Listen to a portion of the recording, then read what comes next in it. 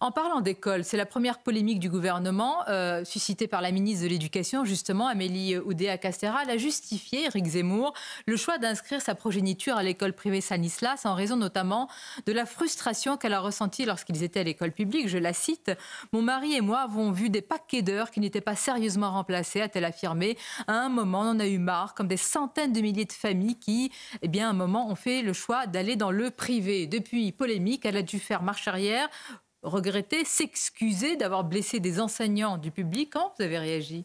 Bah, D'abord, je trouve que ses excuses et sa marche arrière, comme vous dites, augurent mal de ce que pense Mathieu Bock-Côté. C'est-à-dire que je vois plutôt une soumission immédiate aux pressions médiatiques et autres qui ne me donnent pas confiance. Mais passons.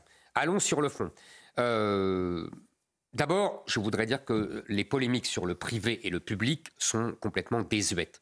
Prenons un peu de hauteur. On sait bien que le conflit entre le privé et le public, c'est un conflit, je veux dire à l'école, un conflit du 19e siècle, quand il y avait les fameuses deux jeunesses qui s'affrontaient, l'une chez les curés, l'autre dans l'école de la République, l'une plutôt catholique et monarchiste, l'autre plutôt laïcarde et républicaine.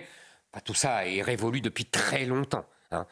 Donc oublions ces querelles-là. Moi, je crois qu'aujourd'hui, le privé est devenu, un peu paradoxalement d'ailleurs, le dépositaire des méthodes anciennes et excellentes que le public utilisait jadis, et que tous les parents qui le peuvent, évidemment, parce que ça coûte cher, en tout cas le privé hors contrat, ça coûte très cher, et donc les parents mettent leurs enfants pour éviter les ravages du pédagogisme, de la baisse de Donc niveau. une ministre le reconnaisse ainsi, ça n'a pas l'air de vous choquer en réalité. Elle le reconnaît pas vraiment,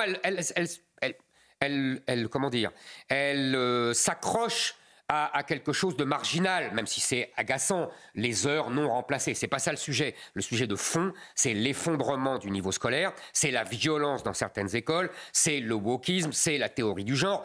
Et je ne vous parle pas, dans innombrables écoles de banlieue, les ravages de l'immigration de masse et les dangers pour de nombreux enfants. Vous voyez, voilà. Mais en l'occurrence, la ministre fait comme tous les Français.